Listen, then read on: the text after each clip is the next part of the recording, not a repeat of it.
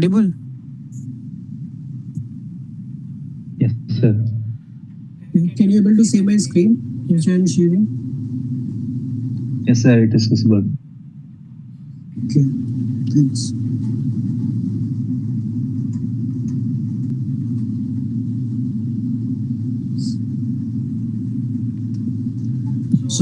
Hello everyone.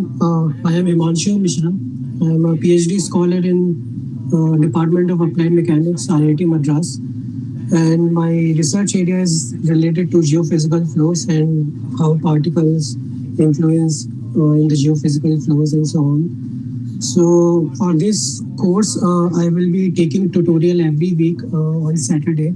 So I will be solving some questions in this tutorial, which is based on your NPTEL videos that you have already covered.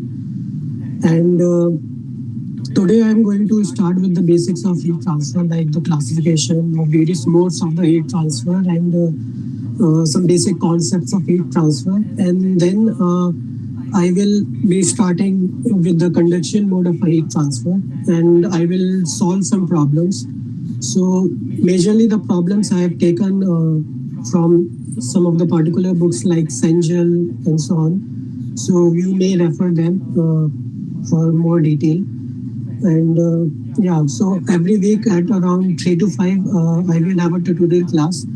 And yeah, if this Google Meets end after 1 hour, I request all of you to join again because it might happen that this Google Meet might work for 1 hour. We will see. Let's hope not. So let's start with the today's tutorial. So I will be solving some basics question, and then I will be slowly moving to a bit of a higher difficulty questions. I will start with the lower difficulty one. So the first question is very basic question that define the modes of heat transfer. So from the lecture videos, we know there are three types of heat transfer, which is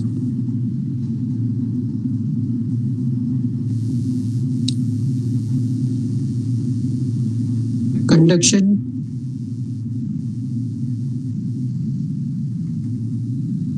convection,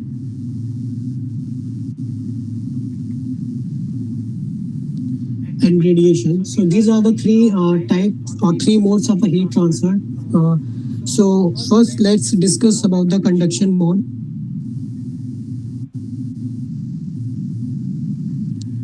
So the conduction heat transfer usually happen due to the different atomic particle, the movement of the atomic particle or the movement of a subatomic particle like electrons or the vibration of these atomic particles. So let's take the example of the gases.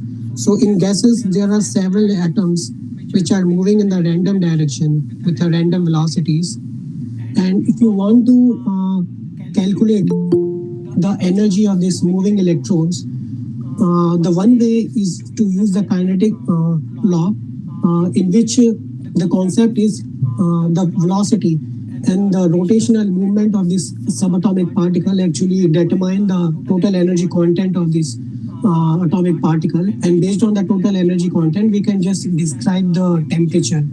So the basic concept of the conduction heat transfer is there will be a transfer of energy from high temperature to the low temperature. That means, for example, let's say we have a let's say a group of subatomic particle, let's say an electron, which are moving in a random direction.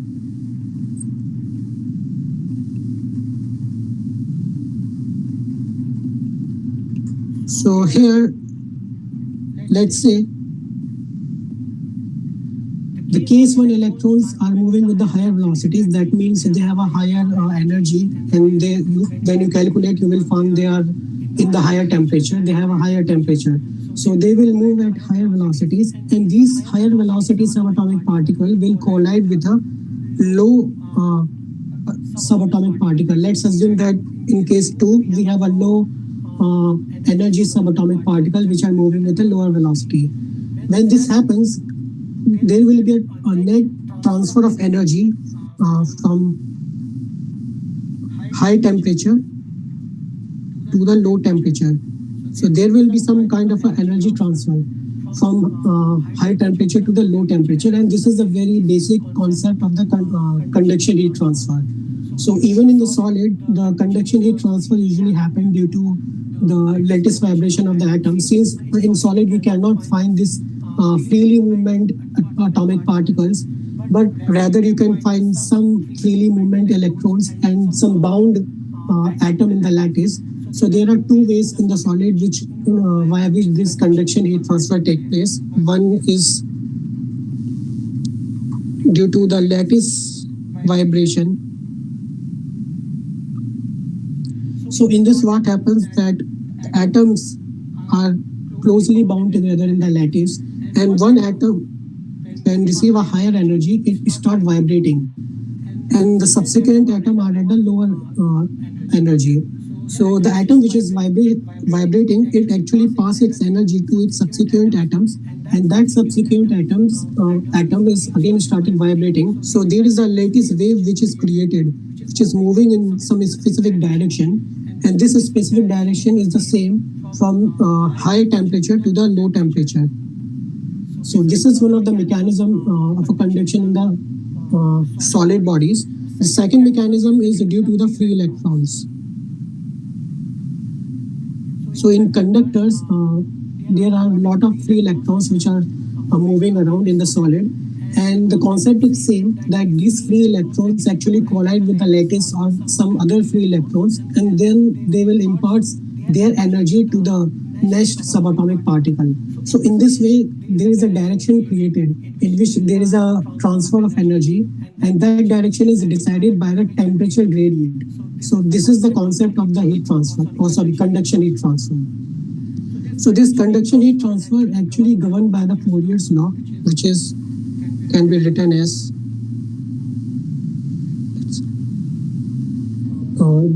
T. So here the Q is the heat flux, K is the conductivity of the solid body. Dhanush, you have some issue. Can you repeat the name of this law, sir? It's a Fourier's law. Okay, sir. So this law, according to this law, the heat flux is directly depend on the conductivity of the body and the temperature gradient. That means if the temperature gradient is more, there will be more transfer of energy in the specific direction. And in a similar way, if the conductivity is more, conductivity is just a property of the material which actually lack its ability to transfer the energy. For example, if there is a more conductivity, there will be more transfer of energy and vice versa. So like in insulator, the conductivity is less, so there is a less transfer of energy, even the temperature gradient is same. So for example, let's say I have a two material. This is conductor and this is insulator, and I want to measure heat transfer from A to B, and this is my temperature T1 and T2.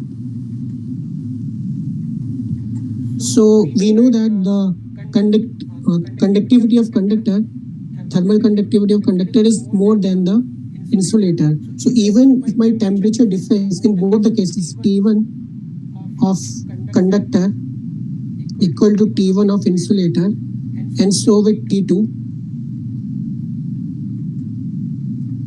there will be a less heat transfer in the insulated case because of the lower thermal conductivity. So this is how the conduction heat transfer take place. So let's come to the convection heat transfer. So in convection heat transfer,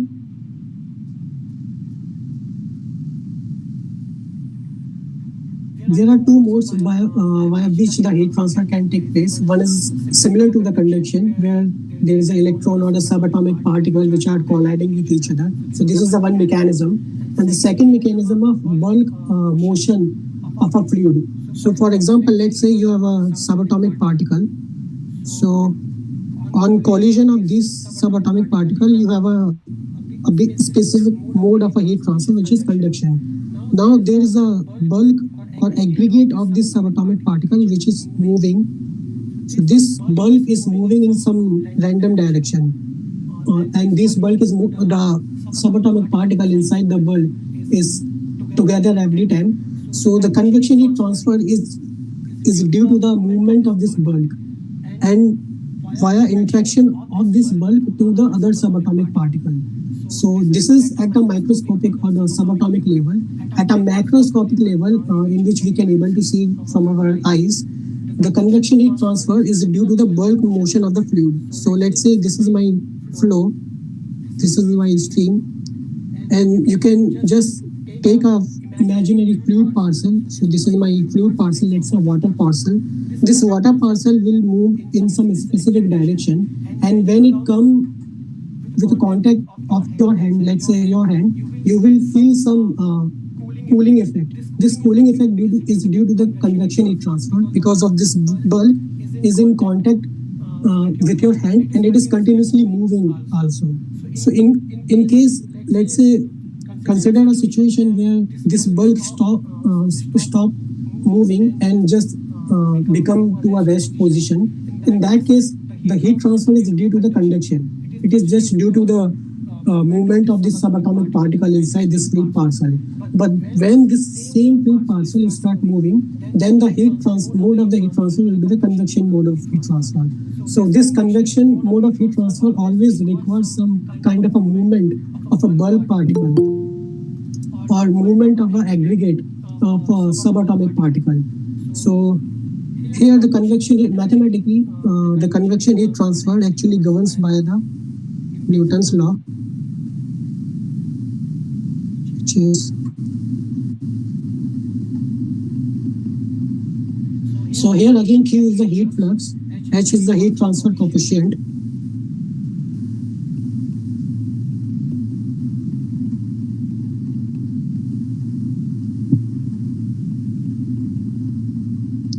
And Ts is the surface temperature, let's say the temperature of your hand, and T infinity is the temperature of the fluid parcel.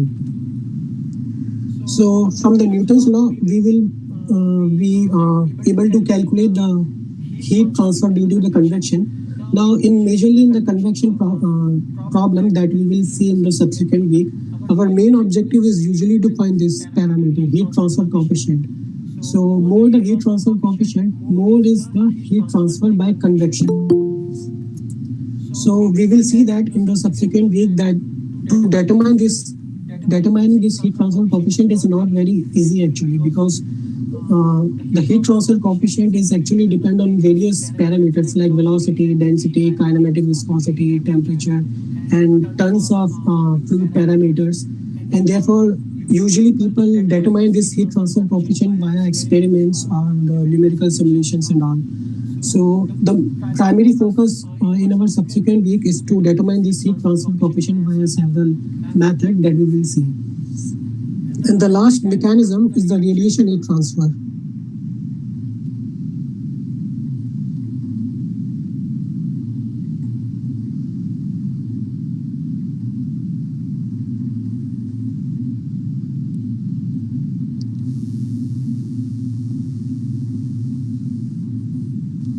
So in radiation heat transfer, the concept is if a body has a temperature which is more than the 0 Kelvin, then it should emit some kind of electromagnetic radiation. So any body in the universe which has a temperature more than 0 Kelvin, it has some thermal energy associated with it.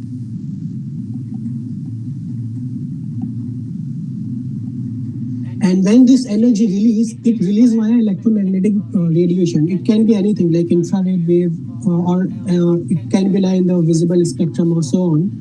So heat transfer via electromagnetic radiation is the radiation heat transfer. And unlike the conduction and convection process, the radiation heat transfer is the only mode of heat transfer which can take place in vacuum. Because electromagnetic wave can easily travel through the vacuum, and in fact if you put some obstruction like atmosphere or even some solid obstruction between but in the path of electromagnetic radiation, the radiation heat transfer gets reduced. So, and the radiation heat transfer governed by the Stephen Boltzmann law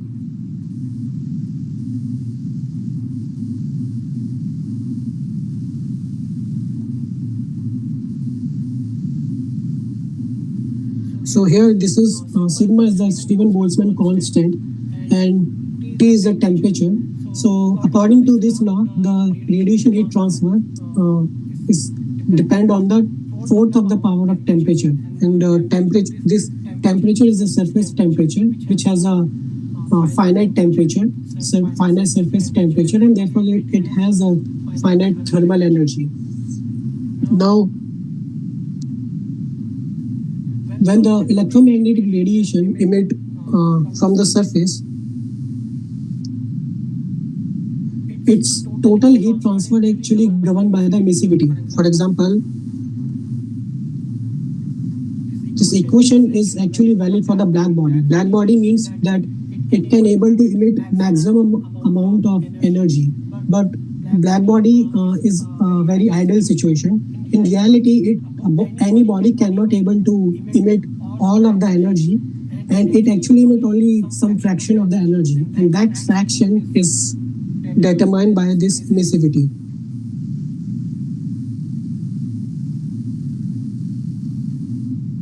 So this is the fraction by which any body can emit the radiation, and the emissivity determines how much amount of radiation that surface will going to emit. And this is the equation for the black body. So black body can able to emit large maximum amount of energy, and all the bodies can able to emit energy which is less than the black body uh, because of this emissivity. Here the emissivity is always less than 1. If emissivity is more than 1, this means that it can able to emit more than a black body, which is impossible situation. So this is the mechanism of the radiation heat transfer. Now let's say I have a surface at the top, and the bottom surface 1 is emit some electromagnetic radiations, and that radiation actually incident on surface 2. When this happens, the electrons or the subatomic particle at the surface 2 get excited, and it will increase the thermal energy of surface 2.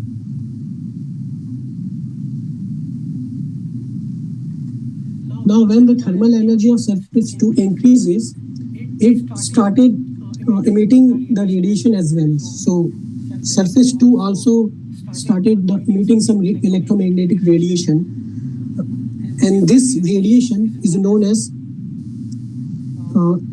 sorry this radiation is same as emissivity, and the radiation which received by surface 2 from surface 1 is known as irradiation. So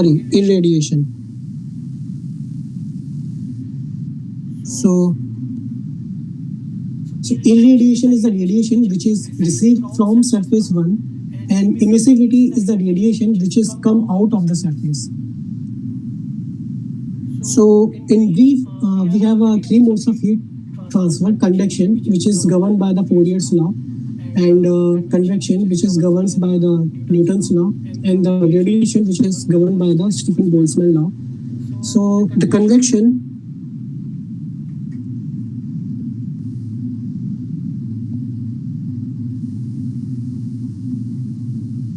depends on the temperature gradient.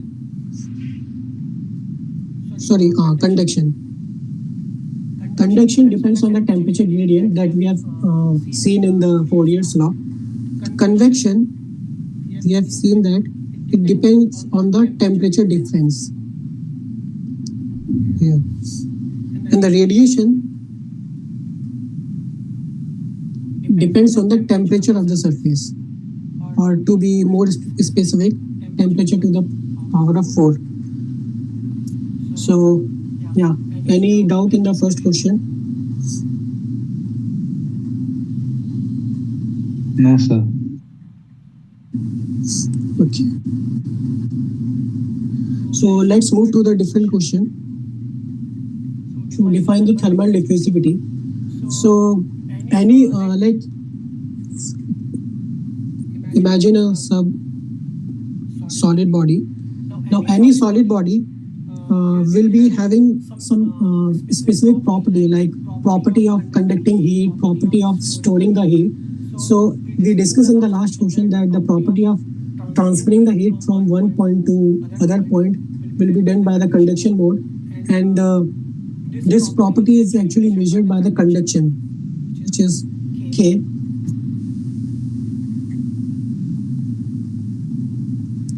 Now the other property of any solid body is able to store the heat.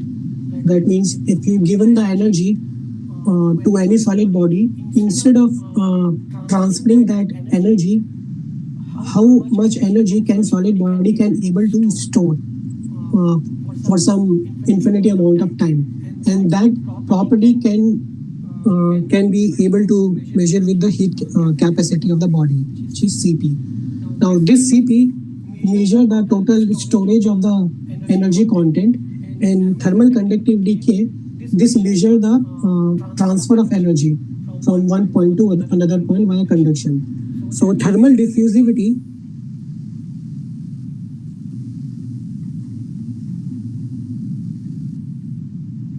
alpha, it is the ratio of heat transfer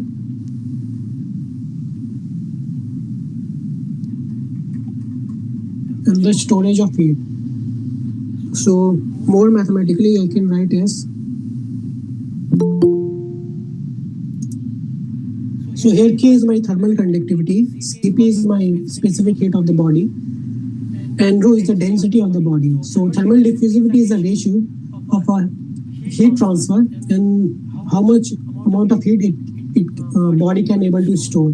That means if my thermal conductivity is more than 1, this means that a body can able to transfer more heat when compared to storing that heat.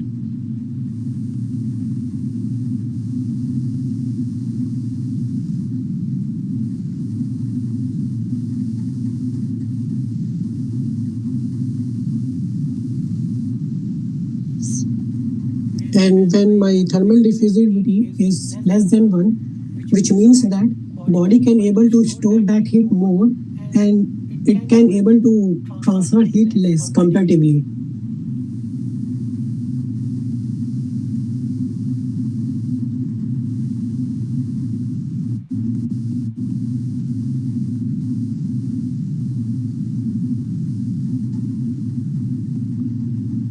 So usually we can say that there are various kinds of insulator which are poor conductor of heat, but they can able to store heat more. So and on the contrary, the conductors can able to transfer more heat, but comparatively they can able to store less heat. So their thermal diffusivity is more, and the thermal diffusivity of insulator is less. So yeah, any doubt in this definition? No, sir, it's clear. Okay. So let's move to the next question. So describe the different types of boundary condition. So let's describe the boundary condition which is based on the conduction mode of heat transfer. So there are basically three types of boundary condition that you will encounter in the problem or when you solve the numerical problems. So the first boundary condition is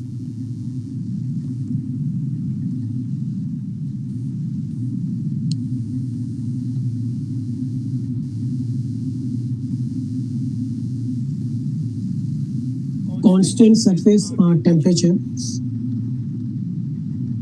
So let's say you have a slab and this is your temperature, and you need to define the boundary condition. So in this is my heat transfer, some arbitrary space and time. This is my x, this is my y. So this is a very basic boundary condition where you need to define the temperature at a certain location. Let's say here I'm defining the temperature at the beginning, which is x equals 0, time, which is my TS. Let's say if I want to define a temperature, this is my, let's say, x1. If I want to define the temperature the between, then it will be just x by 2 t, and this is ts1, and let's say it is ts2. So this is ts2. So it is a very basic boundary condition where you need to define the temperature at a specific time or at a specific space in the body. The second boundary condition is the constant flux or the heat flux.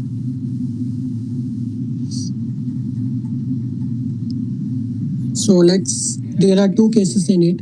First, let's say you have a slab, and there is a heat transfer,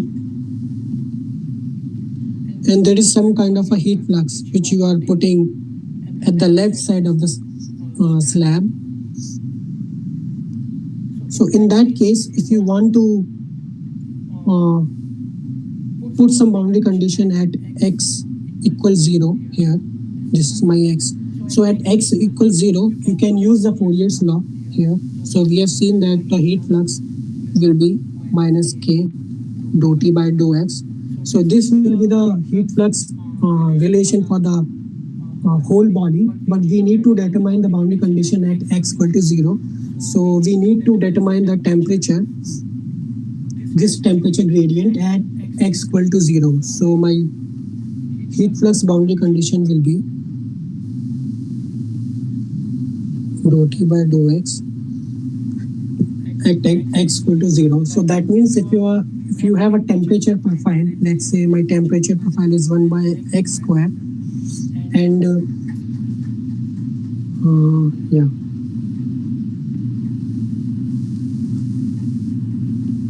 this is my, let's say, temperature profile, which is a function of space. So my boundary condition will become minus k 4 plus x square by x dx, and this is at x equal to 0. I will differentiate this and I will get 2x plus 1 at x equal to 0. Now I will put the value of x equals 0, so I will get minus k. So this will be my minus k will be my heat flux boundary condition at x equal to 0. Similarly, you can define your heat flux boundary condition at the other side of the slab. You just need to locate your position. That's it. Now, other similar boundary condition is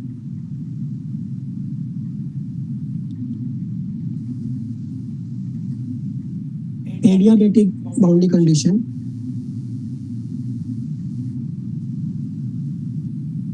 Or insulated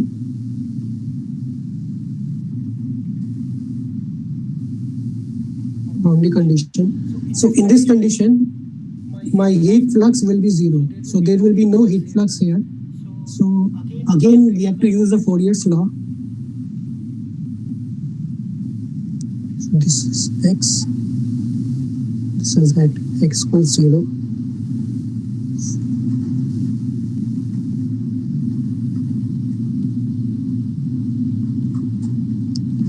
Now, since my heat flux is 0, I can write it as dou t by dou x to 0.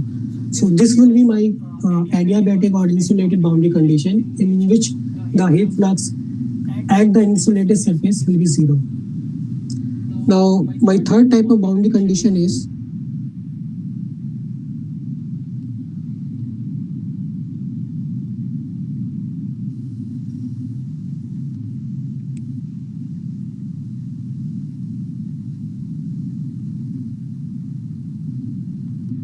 convective surface condition.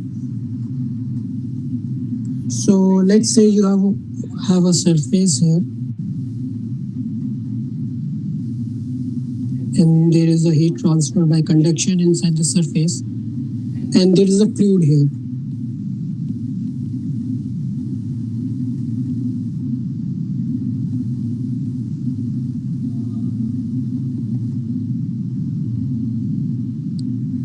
Now, in this boundary condition, what happens? There are two modes of heat transfer. So here, the heat transfer is due to convection, and inside the solid body, the heat transfer is due to conduction.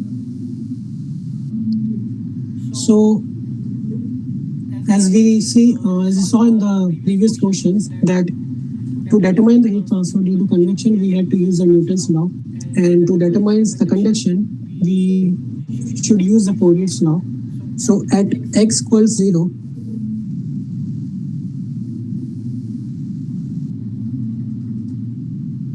I can use conduction at x equals 0 equals convection at x equals 0. So the conduction heat transfer will be governed by Fourier's law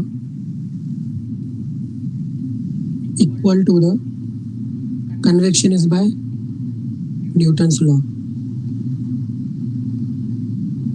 at x equals 0. So T infinity is the temperature of the fluid and Ts is the temperature of surface. So at the wall at x equals 0, this will be my boundary condition. So from this boundary condition, you can able to determine the temperature at x equal at some random x and t. So these are the three boundary conditions we have discussed. So the first is the constant surface temperature, in which you just need to define the temperature at some random location and random time. Then the constant heat flux boundary condition, which is two types, which is based on the Fourier's law, where you define the heat flux relation at some specific location.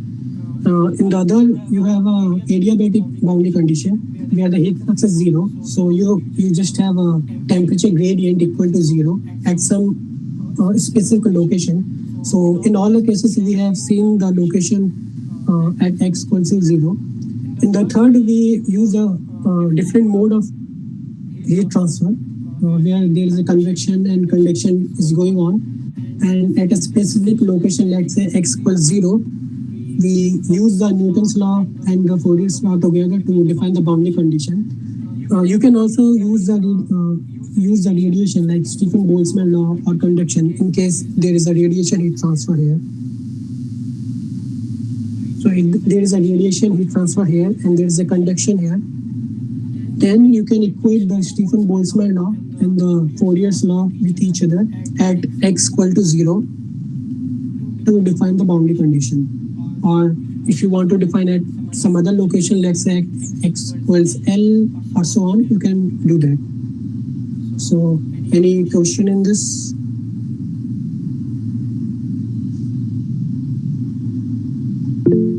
Yeah, Dhanush. So, what does X in the graph means? X is just a location. So you have a body here. So you define the coordinate here. So this is your X and Y coordinate. So this is your 0, X equal to 0. And let's say if you have a body with L, this is a width L. So this is your X equal to L. So the X is just a position or the location of a body or in the problem. Okay, sir. Yeah. So let's move to the different next question. So in the next question, we have a problem. So consider a steady state condition for one-dimensional conduction. Sir, Yeah. I have to copy that, sir. Can you? No, actually, I will upload this. So I think those NPTEL guys will provide you the link of this thing. So I will upload this whole document into the drive. You can just download from there. Okay, Is sir. it okay? Yeah. So you can also see the this recording. So I'm actually recording this video. So I will upload this recording in YouTube. So we will provide you the link, YouTube link, and this PDF link. So you can just go through it if you want to revise or something. So let's move to the next question, question number 4. So here, consider a steady state condition for one dimensional conduction in a plane wall having a thermal conductivity of 50 watt per meter Kelvin and thickness is 0.25 meter. So there is a no heat generation, and the temperature is given as the outer temperature T2 is given as 30 degrees Celsius, and the temperature gradient is given 200 Kelvin per meter. And we need to determine the heat flux and the temperature of surface 1. So we need to determine the temperature T1 as well as the heat flux. So we know that we have to use the Fourier's law.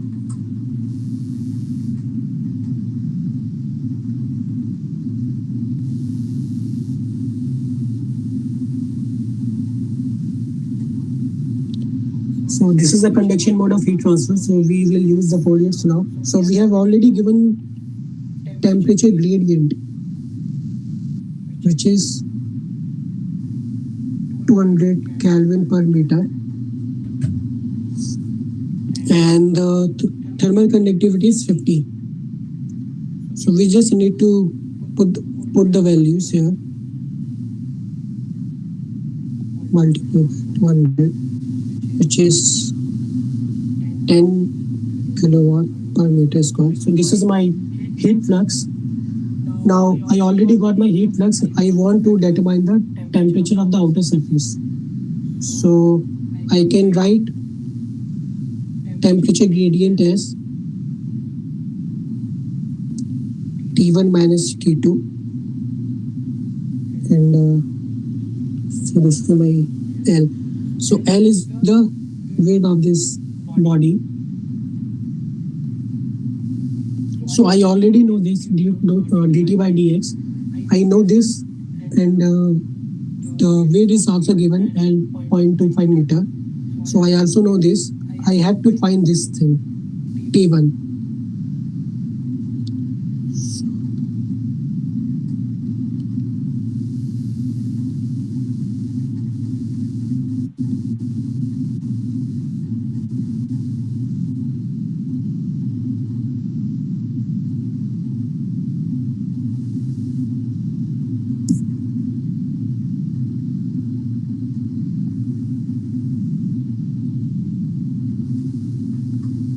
It's T2 minus T1.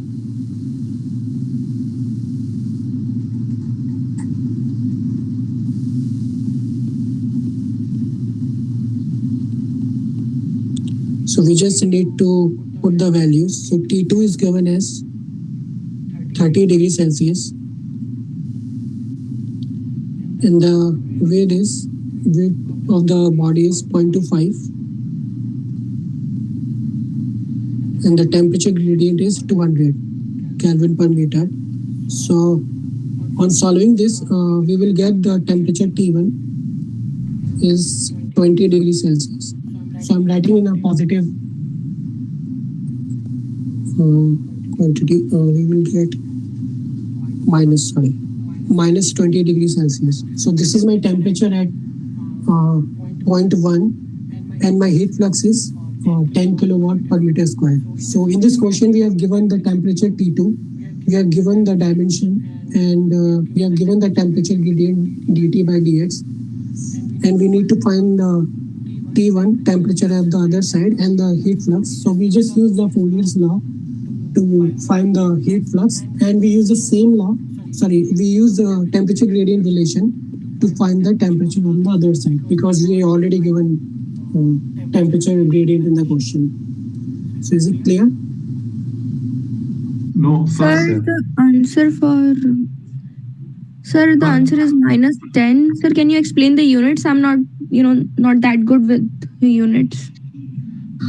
So all the units are in SI unit. So all these are I have solved everything in the SI unit: meter, watt, This is meter. This is sorry, I think there is a mistake here. Yeah, so it's a SI unit.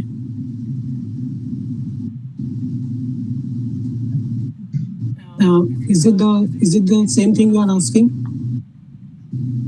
A kilowatt minus 10 kilowatt by meter square. Is that the unit for it? This is actually kilowatt. Sorry, it is either like I should write like this. So this is watt per meter square, and here I have written in the kilowatt. Okay, sir. Got it. Yeah, Anil, you have some. Yeah, I just want to ask that dt by dx is positive. So will we be putting negative sign here when the dt by dx is already positive? Why we are putting negative sign?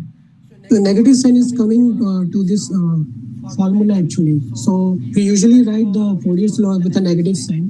No, but we write it with negative sign when dt by dx is negative.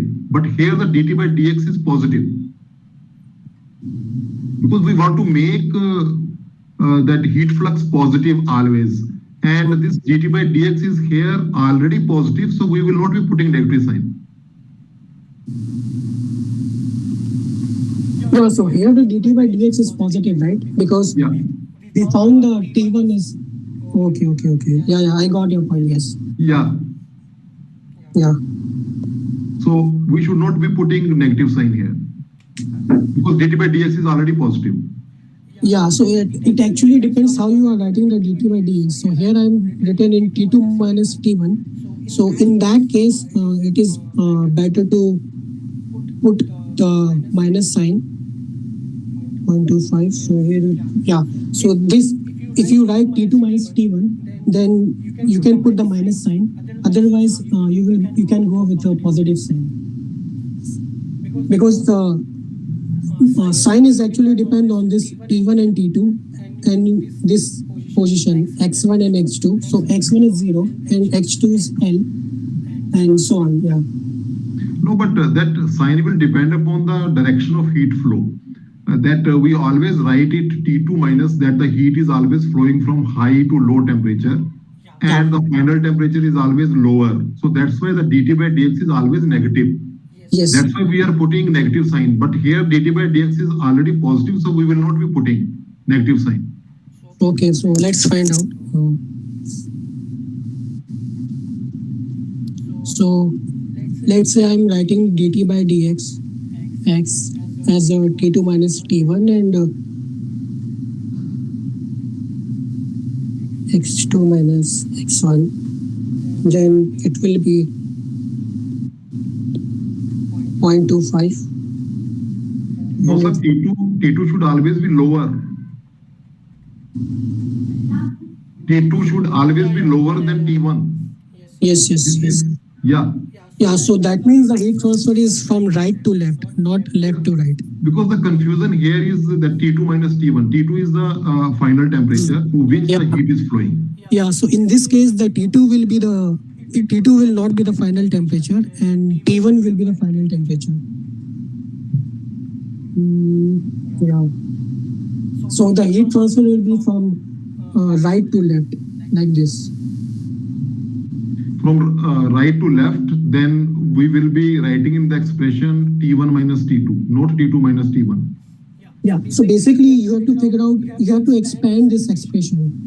So basically, if you can able to expand this expression like here, then the confusion regarding the sign will automatically vanish. Because even if you write like this, T1 minus T2, x1 minus x2, it will give based on the value of T1, T2, x1 and x2, you will get some quantity either in positive or in negative sign. So to avoid the confusion, just expand the dt by dx. That's it, I can say.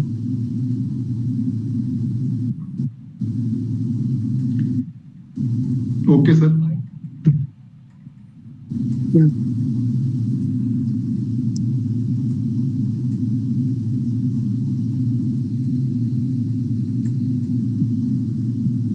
So basically this dt by dx is just a Fourier expansion. So if you do the Fourier expansion, it should be fine. Like you can write in either way. Like in this way or in this way.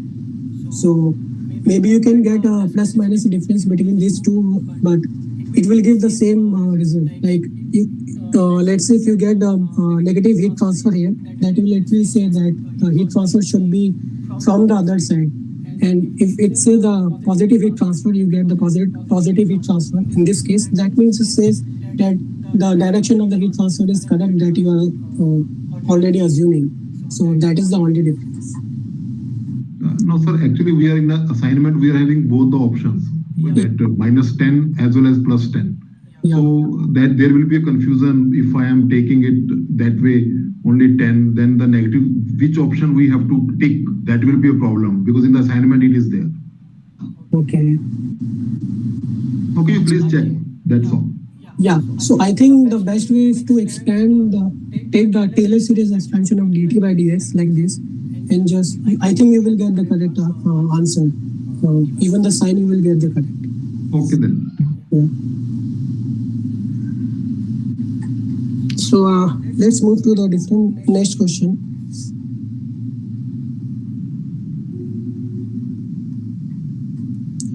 So in this question, we have the temperature distribution is given as a function of space and some coefficient like A, B, and C.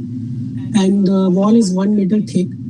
And the value of A, B, and C is given. And the heat generation is there. And the properties of body is given like a density, thermal conductivity, and the specific heat. And the area, this is a cross-sectional area, is also given 10 meters square.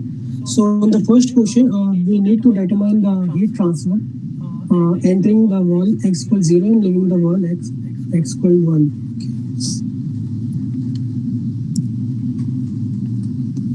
So let's first solve the first part of the fifth question. So we need to determine the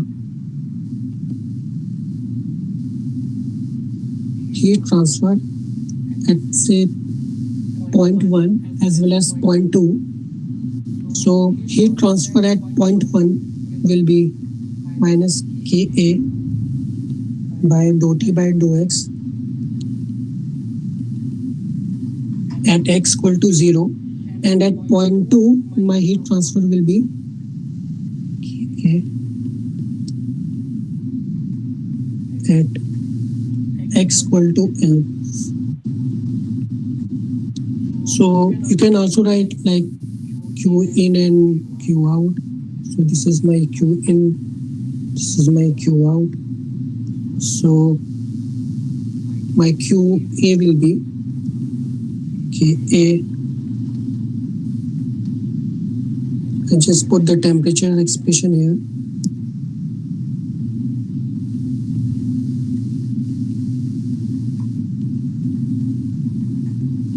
At x equal to 0, which means, so my thermal conductivity is 40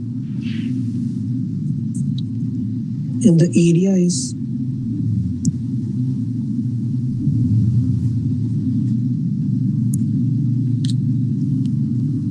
10. So if I differentiate this quantity, I will be getting B plus 2Cx at x equals 0. So this will be 400 multiplied by B.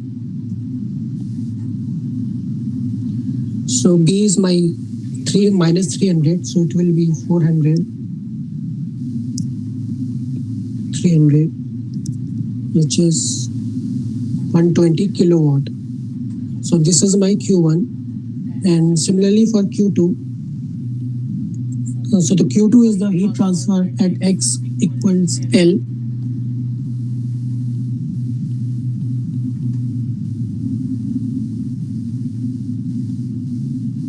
So I have 400 here, and dou T by dou x is B.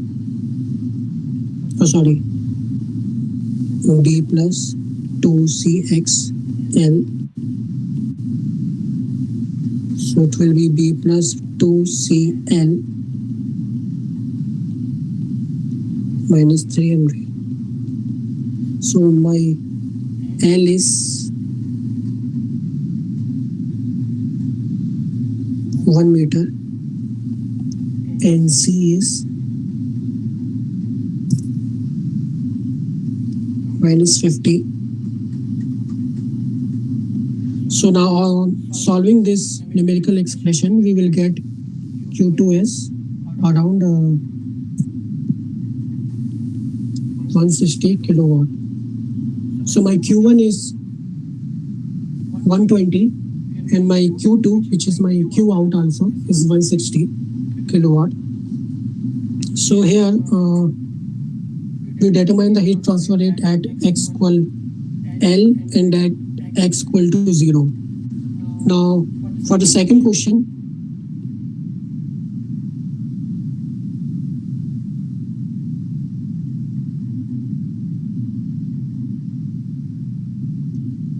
we need to determine the rate of change of energy storage of the wall. So for this, we need to write the energy equation.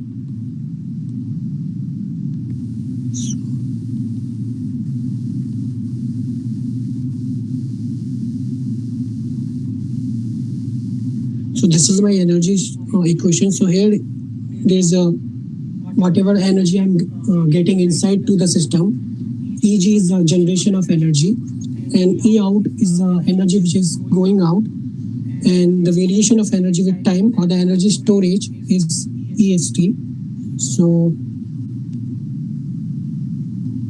we have given, yeah, so we have given the energy generation or the heat generation as Q dot 1000 watt per meter cube. So my energy generation will be QAL. So here Q is given as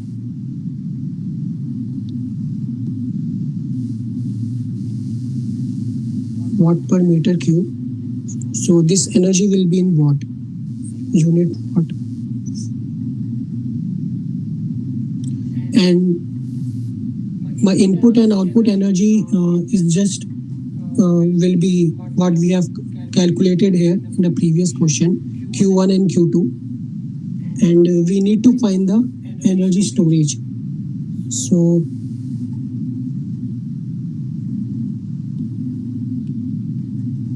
my energy storage will be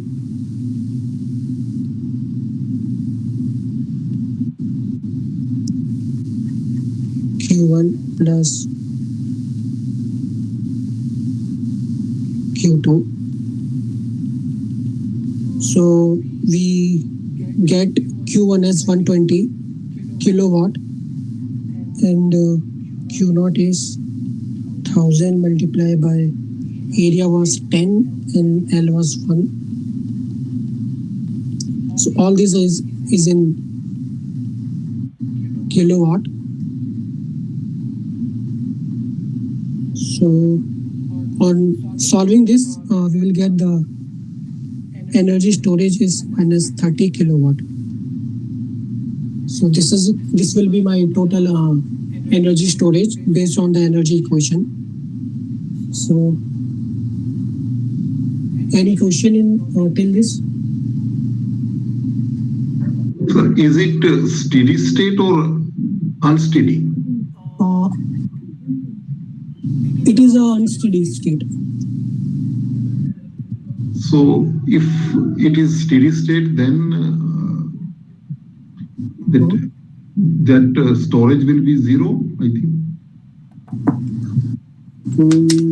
Yes, storage will be 0 then, because the energy storage will depend on the temperature dot by dot.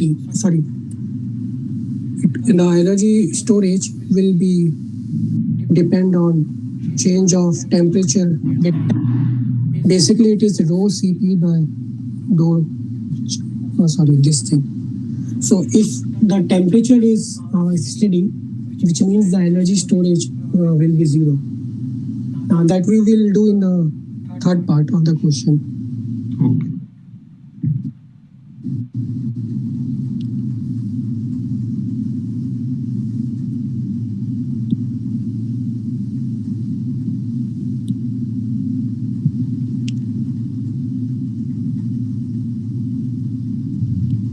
So in the third part, we need to determine the time rate of temperature change, which is gradient of temperature change with time.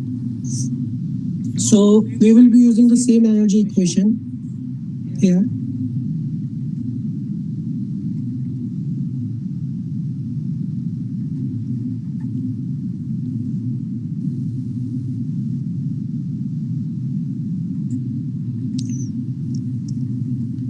So this is our system, which is the one-dimensional system, which means the temperature is varying in the, the thermal conductivity is, we have a one-dimensional thermal conductivity.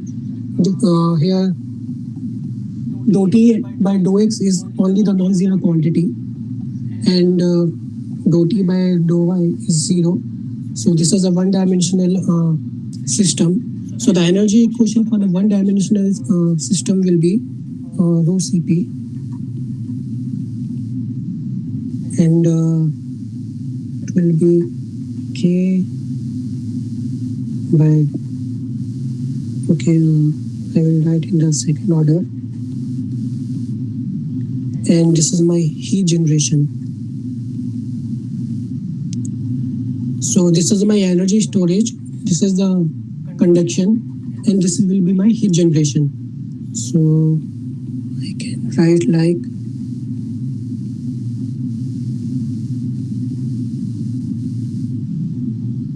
sorry, this is already rho Cp. It is Q by rho Cp here, and I need to find the variation of temperature with time. So it will be K by rho Cp, and we already know dou T by dou X, which is P plus C X multiplied by 2. So again I differentiate, so I will get second order quantity as 2C. So it will be 2C plus Q dot rho Cp. So I just need to put the values here. So K is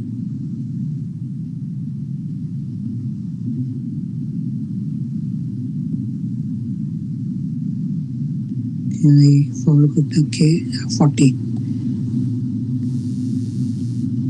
and the density is given as 1600, and Cp is 4 kilojoule, which means 4000. C is I think minus 50.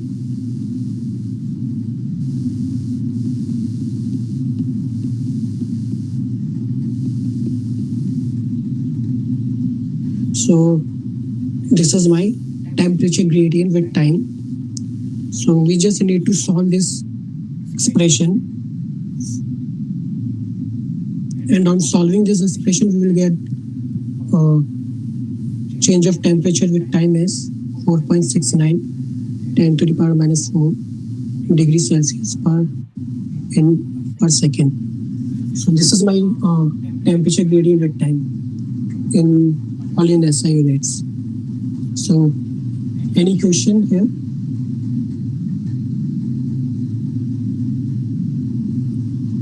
No, sir. Okay.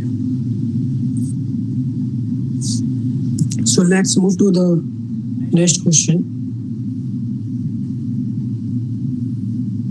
So in this question, assume the steady state one-dimensional heat conduction through a symmetric shape, and assuming there is no internal heat generation, derive the expression of thermal conductivity for this condition. So we have given the area 1 minus x, temperature is a function of space, and heat transfer is 6 kilowatt.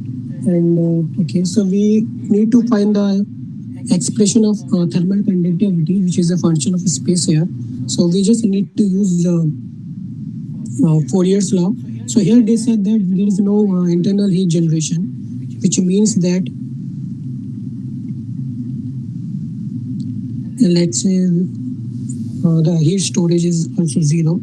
So here the internal heat generation is zero, which means whatever energy the system is getting, the same amount of energy is coming out also. And to determine the energy in and out, we can use the Fourier's law. So my energy in, which is my energy out also, will be just a simple heat transfer relation. So we already have given this heat transfer area and the temperature gradient we have given. So we just need to find K here. So the temperature gradient is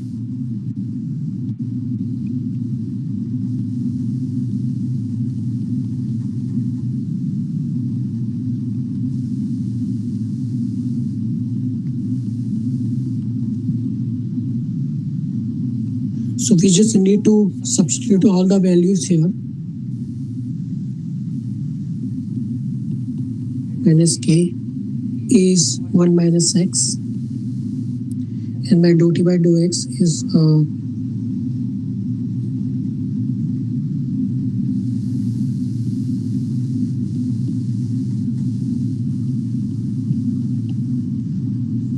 so my K will be 6000 minus 1 minus X. And let's say 3 and sorry.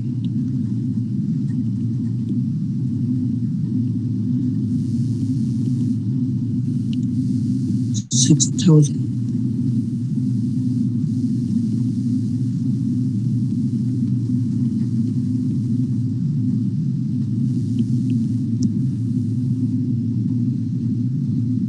So on simplifying, I can write the same thing as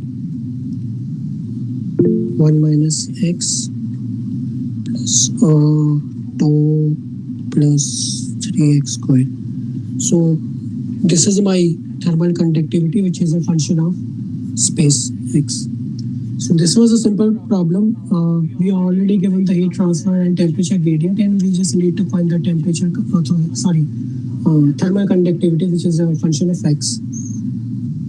So any issue in this? Actually, why we have taken accumulation 0? It is given in the question that there is no internal heat generation, so we have considered this 0. No, that accumulation. Storage. So there is nothing is given in the question. So we just there is nothing given. So we just assume it. So we can do with non-zero steady heat accommodation also. So let's do that. So, but in this case, in that case, we will be just having the expression. So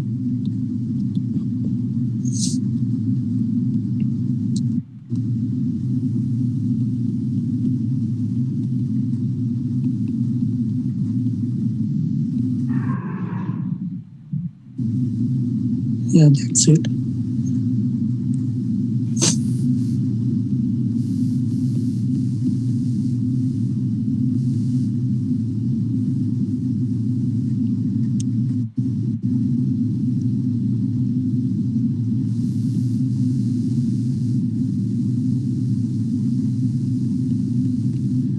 Yeah, so so this will be the expression.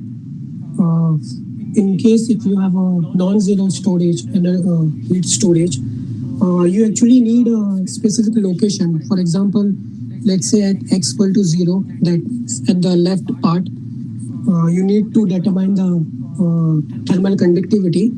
Sorry, then it will be dou T by dou T will be 0. So you basically cannot. So let's say we determine at some x equal to x naught and x. But when the equation you have written that initially you have written it is 0, that E in E generation minus E out equal to 0 we have written. So that 0, how we will justify it? No, there is no proper justification. Initially, I just assume it equals 0 in order to just simplify the calculation because Okay. yeah, Yeah, because the heat storage need that we need to define the double derivative of the temperature at some specific location. If you can able to put some specific location, let's say x equal to 2, uh, so you can just put the dou square t by dou x square at x equal to 2 in order to determine the dot this unsteady temperature gradient, and then you can define the thermal conductivity. But in order to define this, you need to define the temperature gradient, double derivative of temperature gradient at some specific location. So since it was not given in the question that at what this x value of x is not given in the question, so I just assume to be the heat storage is 0, just to simplify the solution. That's it. Yeah, I have a question. Number 3 is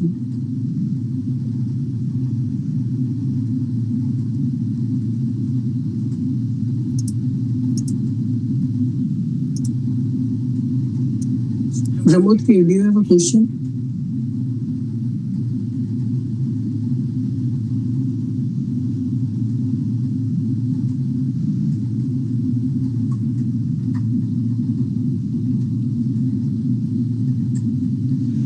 So, if not, then we can move to the next question.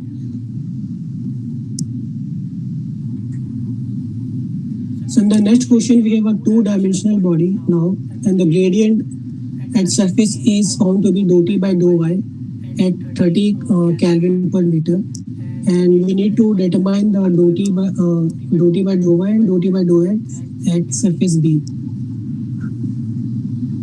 So we have given the two-dimensional body here, and we have given here dou T by dou Y as surface A, which is 30. And we need to find dou T by dou X at surface A, and we can also find the same thing in surface B, and we need to find dou T by dou Y at surface B also. So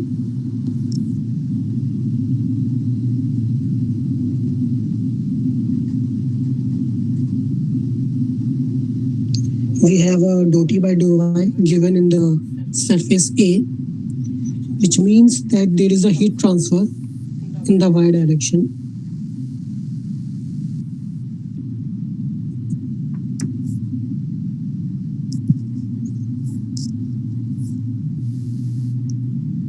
And therefore the dou T by dou X should be 0 here at surface A, and in surface B we have given the temperature of 100.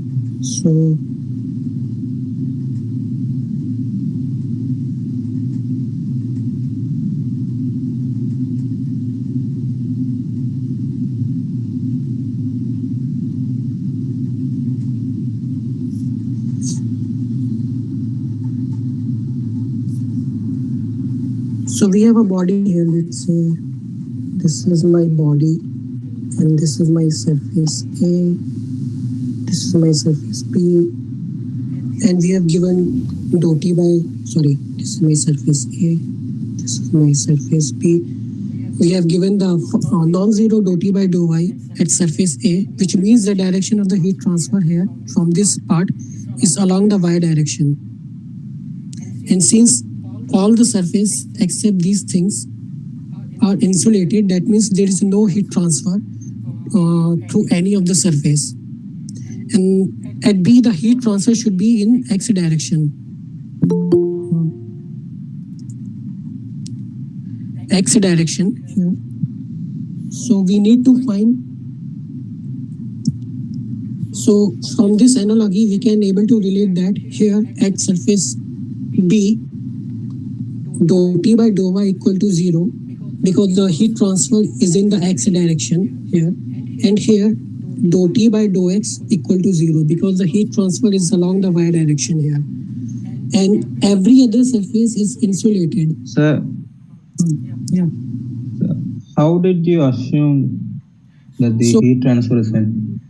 So this is the one-dimensional part. So A part is just a one-dimensional part. So we assume the direction of heat transfer by the temperature gradient. So in the question, dou T by dou Y is given. That means the heat transfer should be always in the Y direction. And in the B part, this is my B. Since every other surface is insulated, the only direction that heat can transfer through B is in the X direction. So the heat is transferring to the X direction. That means the dou T by dou X is not zero, and dou T by dou Y at B is zero because there is no heat transfer in this direction at B surface because heat can transfer normal to the surface.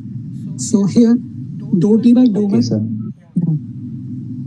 And since all the other surface is insulated, so whatever the heat will be given to A, all the heat can be come out from B, which means that QA will be QB,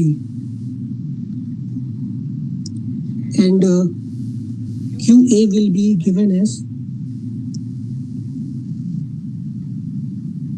uh, W is just a width and dou T by dou Y. So this will be my QA. I can just put the values here, minus 10, and dou T by dou Y is 30. So this is my 600 watt per meter. So this is my heat transfer through A. Now, in order to find the heat transfer through B, it will be minus KA dou T by dou X, because here dou T by dou Y is 0. So, and we see that whatever the heat is coming from A should be removed from B because every other surface is insulated, which means that my QB is equals to QA. My QA is 600, and based on that,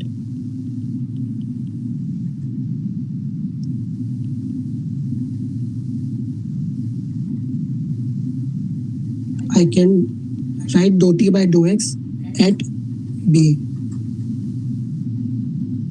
So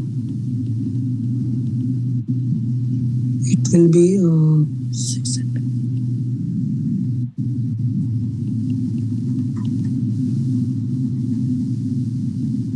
So my dou T by dou X at B is 60.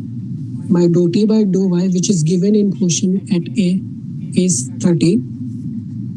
And remaining all the temperature gradient is 0.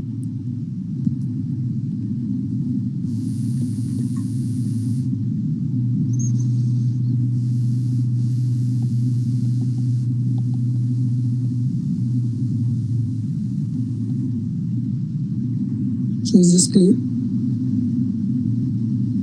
Yes, sir.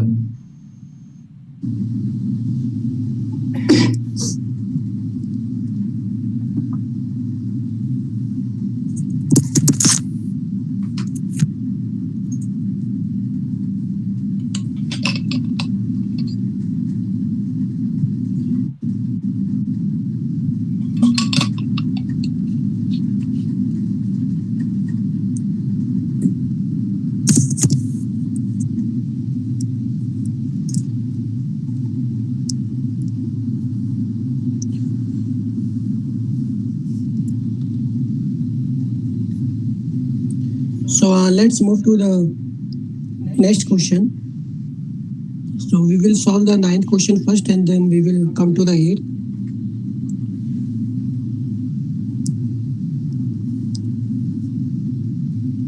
So in the 9th question, a common procedure for measuring the velocity of an air stream involves insertion of an electrically heated wire into the airflow with the axis of wire oriented perpendicular to the flow direction. The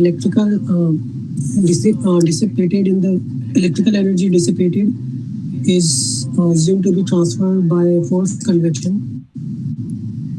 Hence, for prescribed electric power, the temperature of the wire depends on convection coefficient. which depends on velocity of air. Then we have given the length, diameter, and we have given the walk 6.25 10 to the power minus 5. And the velocity, okay, this velocity, the velocity V and convection coefficient has a unit of meter per second, okay. And we have given the T infinity, temperature of the fluid, and temperature of surface we have given. So basically there is a wire and we have given the temperature and we need to find the velocity of the air.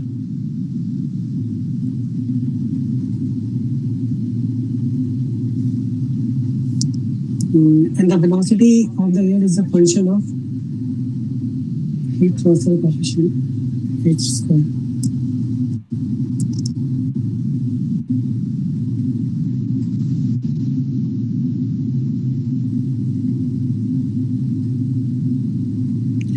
Yeah. So we have given the velocity.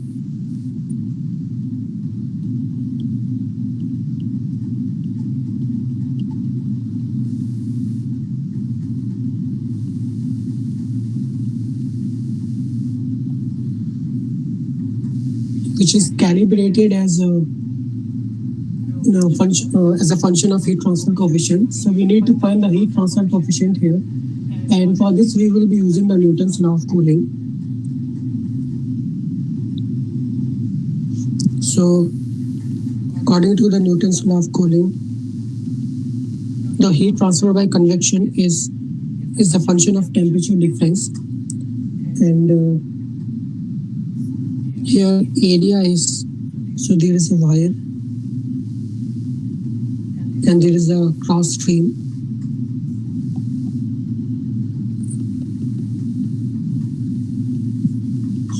So my area of contact will be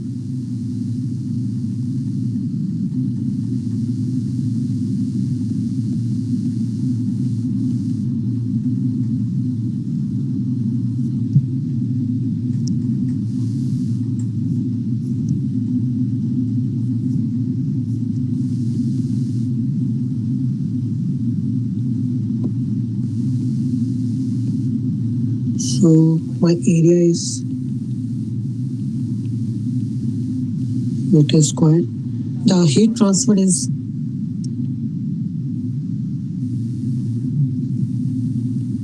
so here E is my volt and I is my current, which is 5 volt plus 0.1 ampere, which is 0.5 watt. So H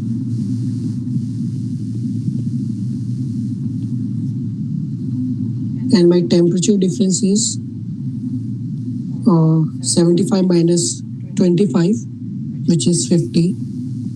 So we need to find the value of H.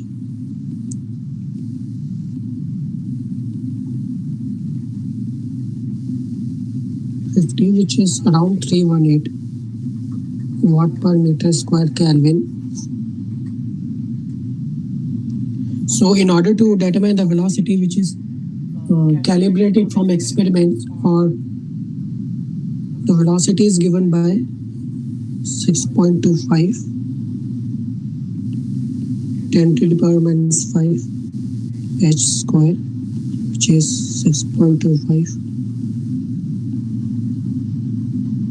multiply 318 square. So on just solving this expression, we will get the velocity of the air. So briefly, we have given the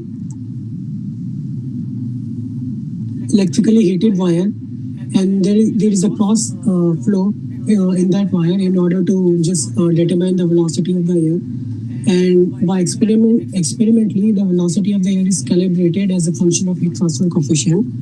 So we determine the heat transfer coefficient by using the Newton's law of cooling. We already given the heat transfer and the temperature difference and the geometrical property of the wire. And from that we determine the heat transfer coefficient, and then we determine the velocity of the air. So any doubt in this question?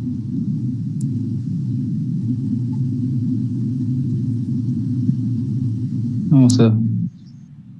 Okay. So let's move to the next question. So this is a true or false question. So the first, we need to identify which statement is true or which statement is false. So the first statement is the steady state for a given heat transfer system implies that the temperature can be a function of position, but at a given position, the temperature is not a function of time. So is this statement is true or false? So Sir, true. yeah, so we already saw one of the question that uh, to have an unsteady state problem, the temperature gradient with time it should be non-zero.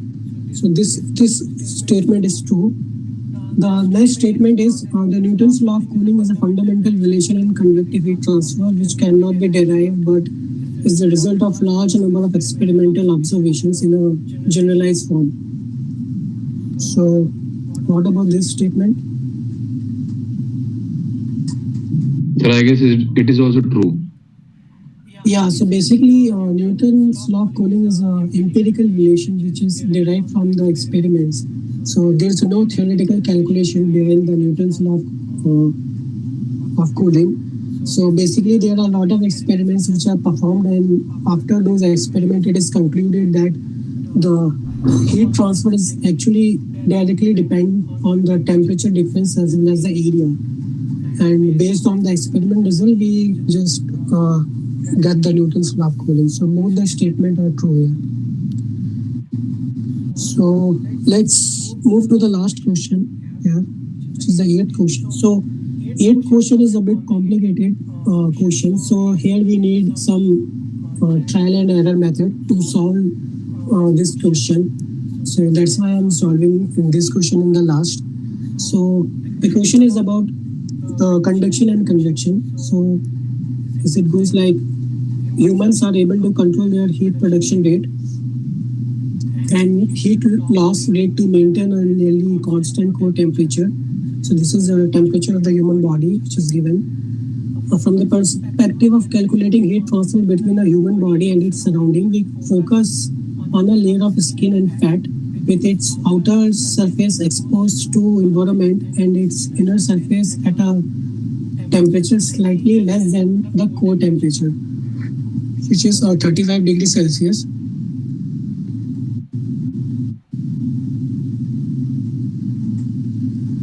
Consider a person with a skin fat layer of thickness L and the effective thermal conductivity is given. The person has a surface area of 1.8 meters square and is dressing in a bodysuit. The emissivity of the skin is 0.95. So the first part is when the person is still in air, the temperature of air is 297 Kelvin. What is the skin surface temperature and the rate of heat loss to the environment? Okay, and the convection heat transfer coefficient we have given as a 2 watt per meter square Kelvin. So in this question, there is all three modes of heat transfer which are taking place. So we have given the emissivity of skin. That means we need to deal with the radiation heat transfer. We have given the heat transfer coefficient, which means we are dealing with the convection. And we have given the inner skin temperature and the thermal conductivity of the skin 0.3. That means there is a conduction heat transfer also. So the schematic is like this.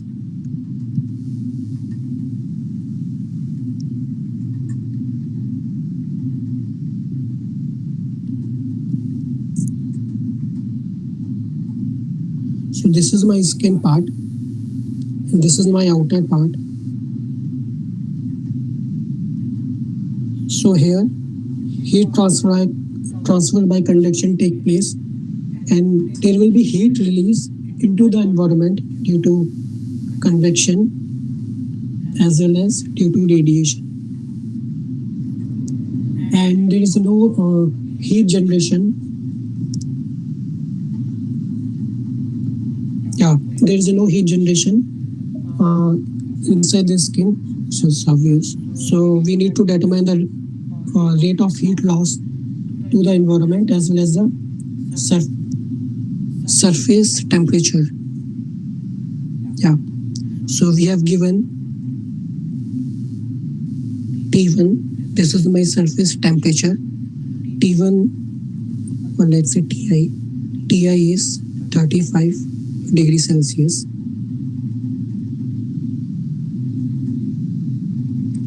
And we have given thermal conductivity as 0.3. The temperature of outside is 297 Kelvin. And we have given heat transfer coefficient as 2 watt per meter square Kelvin. So we will use the energy balance equation in case. So it is always advisable to use the energy balance equation if there is a multiple modes of heat transfer which are given in the question. So since there is no generation of heat, I can write my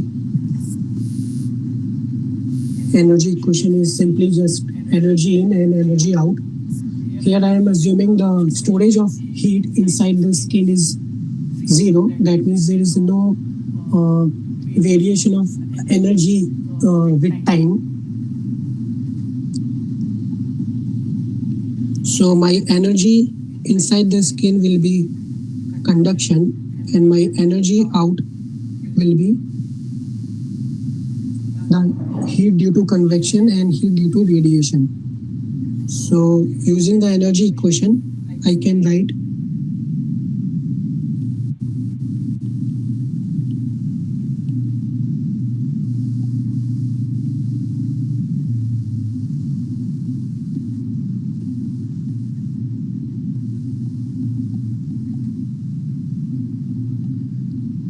so this is my conduction or energy in, and this is my energy out.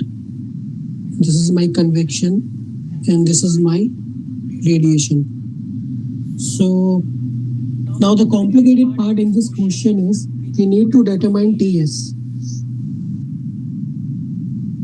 Sorry. And we cannot determine Ts from this equation because the equation is in very complicated form. So you can see there is a fourth power here, there is a single power here. So we will get the 4 root of temperature, which is very non-trivial calculation. So we try to simplify a little bit. So let's take the radiation part.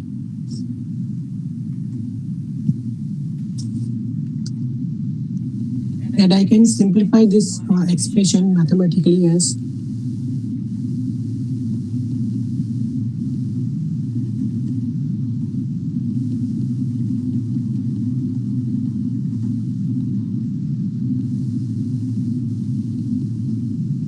so I can write the same expression as this.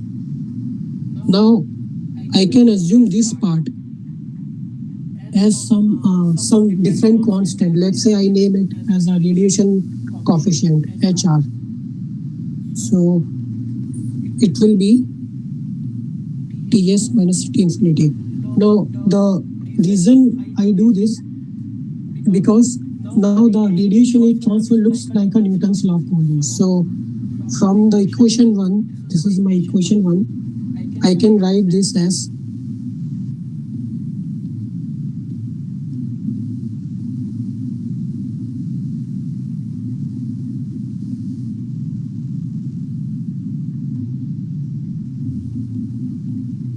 so now this is the convection part and this is my radiation part. But again the problem is my HR is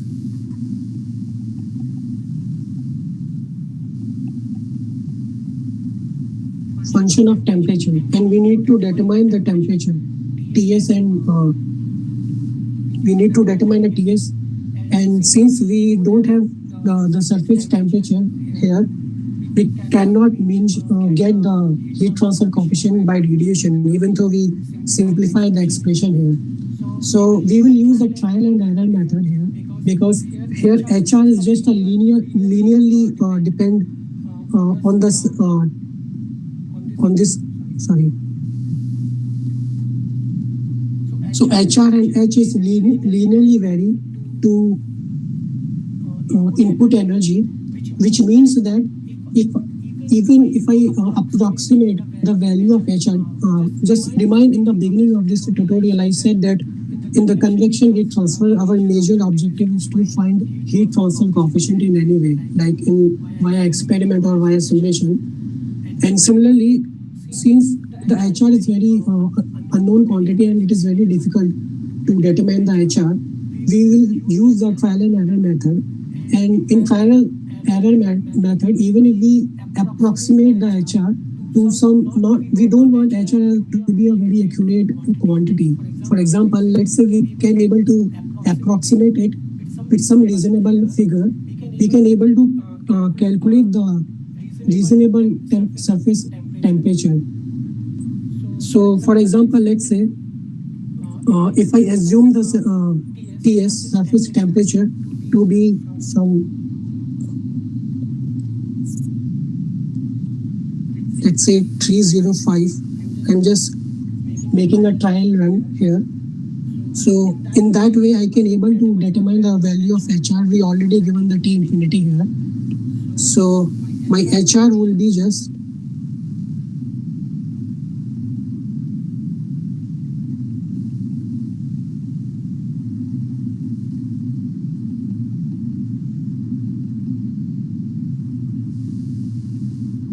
so my emissivity is given as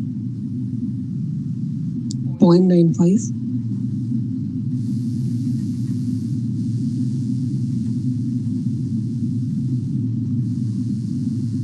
Rho in this numerical quantity. So on solving, I will get the HR about 5.9 watt per meter square Kelvin. Now, even if you assume this temperature TS, let's say 310 or 320 or 315, the HR will not vary much. It will be just vary from 5.9 to 6 or 6.2, that's it. And that is the main motivation behind using a trial and error method, because in the end, HR is linearly depending on the EIN. So even if HR varying a little bit, like 5.9 to 6 or 6.1, I can still approximate the value of energy, which is input energy. And once I get the input energy, I can find my surface temperature. So just make a trial guess of a surface temperature here, 305, to just calculate the HR, because any value you imagine at around 35 degrees Celsius, 40 degrees Celsius, because it should be less than 35 degrees Celsius, because there will be a heat temperature given inside of the layer, which is 35 degrees Celsius, and outside it is given the ambient temperature of 297 Kelvin. So here we have given the temperature of 308, and outside temperature is 297.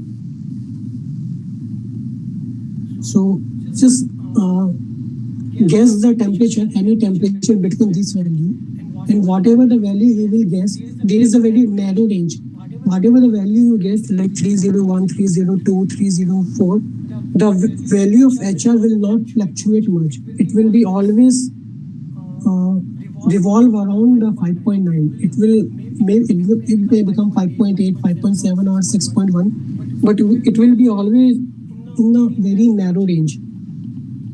So once we get the value of HR, because there is no other way to solve this equation mathematically, so that's why we are using very non-trivial procedure. So once you get the value of HR, we already given the H value, we already given the T infinity here, and we already given the Ti and the other properties, and we can easily determine the Ts. So based on this HR value, we can find the value of Ts.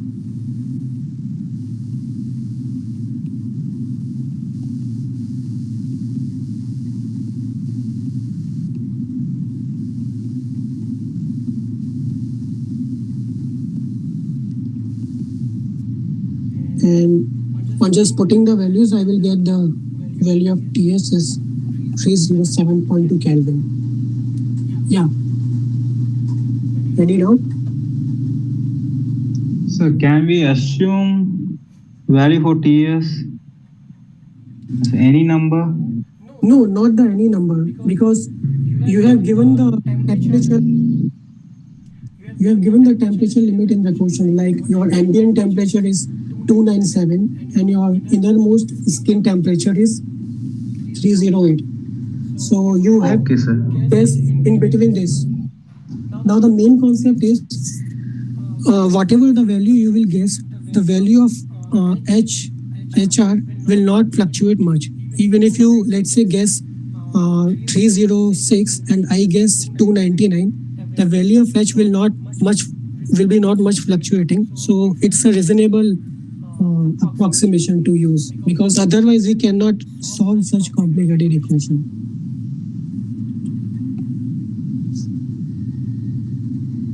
Yeah, Brahmotri, do you have any question? Okay, sir.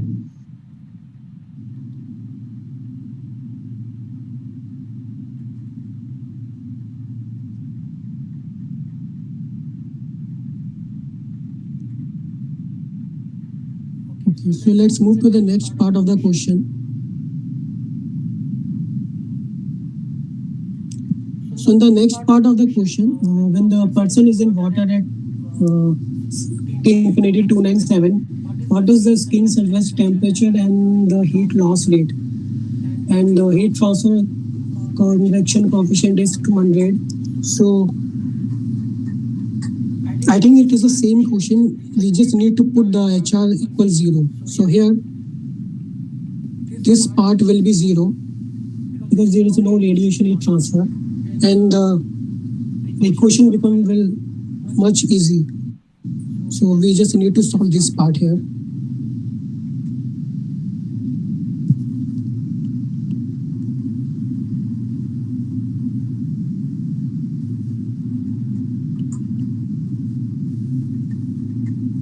So if we solve this part only,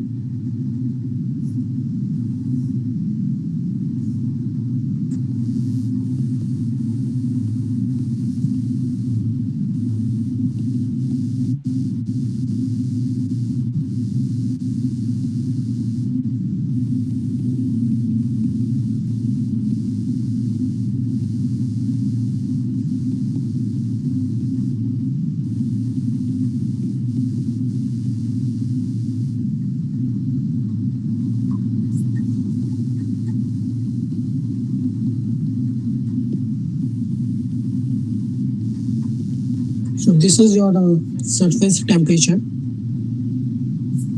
So just substitute the value here. So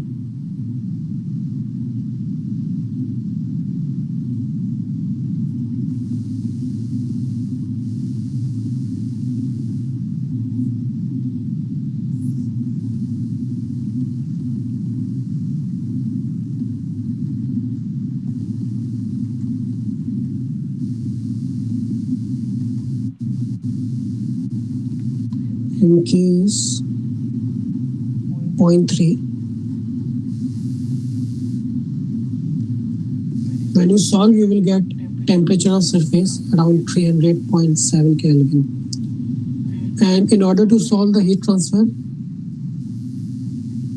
you just use the Fourier's law to solve the heat transfer rate in the skin.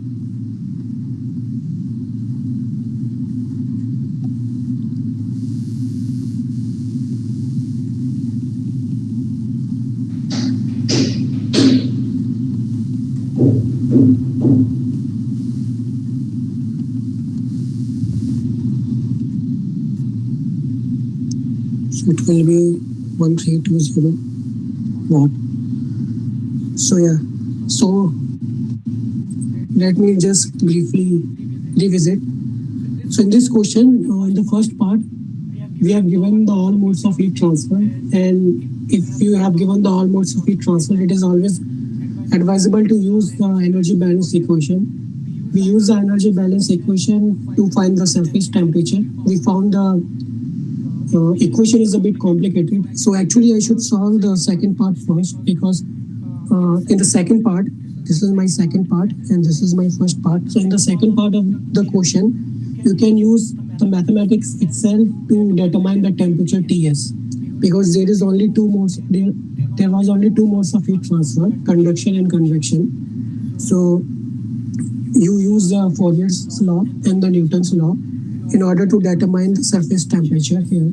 Once you get the surface temperature, you can easily determine the heat transfer via Fourier's law.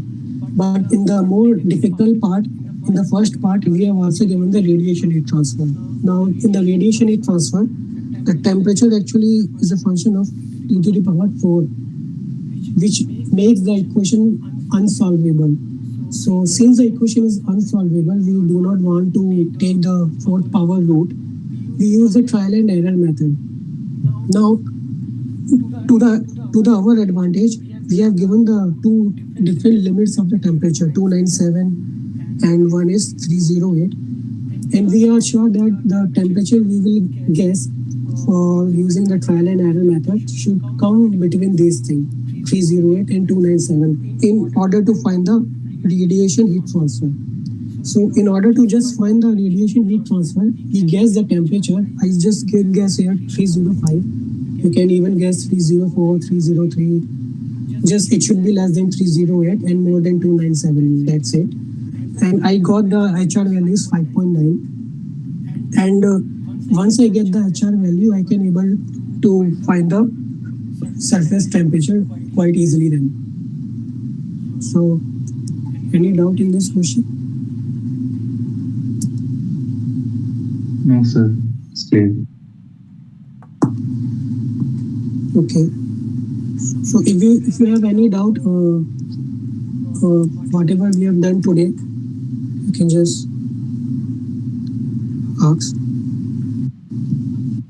Sir, do you provide the slides that you have taught us today? Like, Yeah. if possible? Yeah. So I'm recording this video, so I will upload this video on YouTube, and I will also provide the link of this PDF via Drive. So the NPTEL team, I guess, they will share the link of both the things to you guys. To our site, sir, like where we log in, you will provide it there. I think so. I think I don't have a very clear idea, but they will share the link with you guys. I think you just need to log in. Okay, sir. Yeah. Okay, sir, fine. Sir, I want to just ask her for help. Like, if you possible, can you just make the slides move from starting so that I can take a screenshot? Like. Okay. Yeah. Yeah.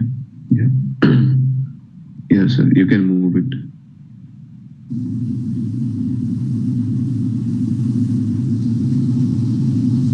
Yes, sir.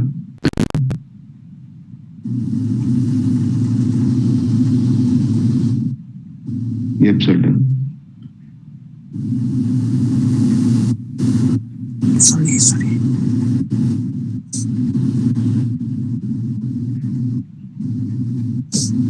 Okay. I think it will load after some time. Okay, sir.